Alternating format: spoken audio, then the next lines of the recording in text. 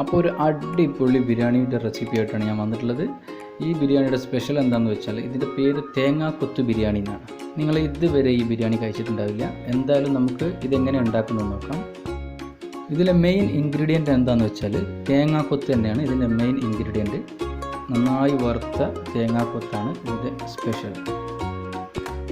അപ്പോൾ ഇതിലേക്ക് ആവശ്യമായ സാധനങ്ങൾ: തേങ്ങ ചെറുതായി കുനുകുനാ അരിഞ്ഞത്, പച്ചമുളക് ചതച്ച തന്നെ വേണം, ബിരിയാണി കൈത, തക്കാളി, ഇഞ്ചി, വെളുത്തുള്ളി, മല്ലിയില, ചെറുനാരങ്ങ നീര്, ഇഞ്ചി, വെളുത്തുള്ളി, പച്ചമുളക് ഇത് മൂന്നും നന്നായി ചതച്ചത് വേണം.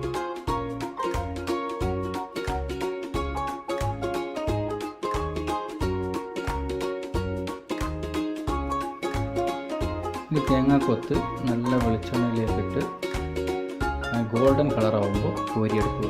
ഇനി അതേ പാത്രത്തിലേക്ക് സവാള അരിഞ്ഞതിട്ട് നന്നായി വഴറ്റിയെടുക്കുക.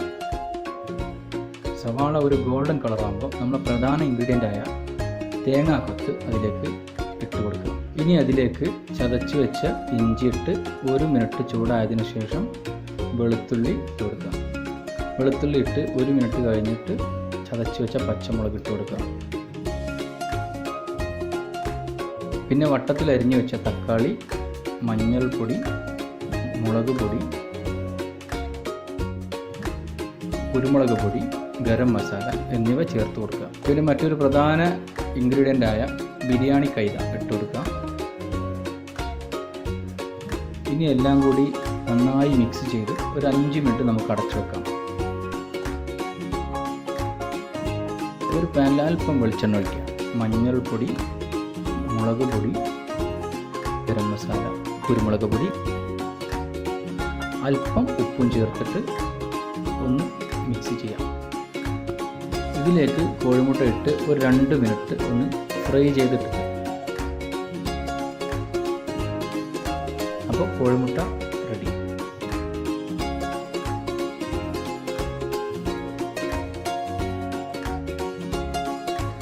ഇനി ഒരു 2 മിനിറ്റ് ഇതൊന്ന് അടച്ചു വെക്കാം. ഇനി ബിരിയാണിയിലേക്കുള്ള അരി വേവിക്കാനായിട്ട് ഒരു കുക്കറെടുത്ത് അതിലൽപ്പം വെളിച്ചെണ്ണ ഒഴിക്കാം. അതിലേക്ക് 4-5 ഗ്രാമ്പു, ഏലക്കായ, പട്ട, ബിരിയാണി കൈത, ഒരു കഷ്ണം വലിയ ഉള്ളി ഇവയെല്ലാം ഒന്ന് വഴറ്റി അതിലേക്ക് ആവശ്യമായ വെള്ളം ഒഴിക്കും. പാകത്തിന് ഉപ്പിട്ട് അതിലേക്ക് അരിയിട്ട് അടച്ചു വെക്കാം. ഇനി നമുക്ക് ബിരിയാണി ദമ്മിടാം. കുറച്ച് മസാല, ലെയറുകളായിട്ട് ചോറ്, പിന്നെ മസാല, പിന്നെ ചോറ്.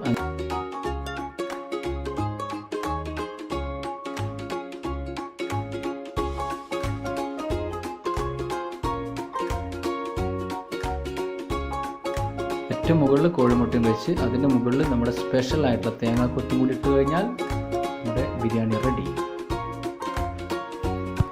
ഇനി ഒരു 10 മിനിറ്റ് ചെറിയ ചൂടിലൊന്ന് ദമ്മിട്ട് കഴിഞ്ഞാൽ നമ്മുടെ ബിരിയാണി റെഡി.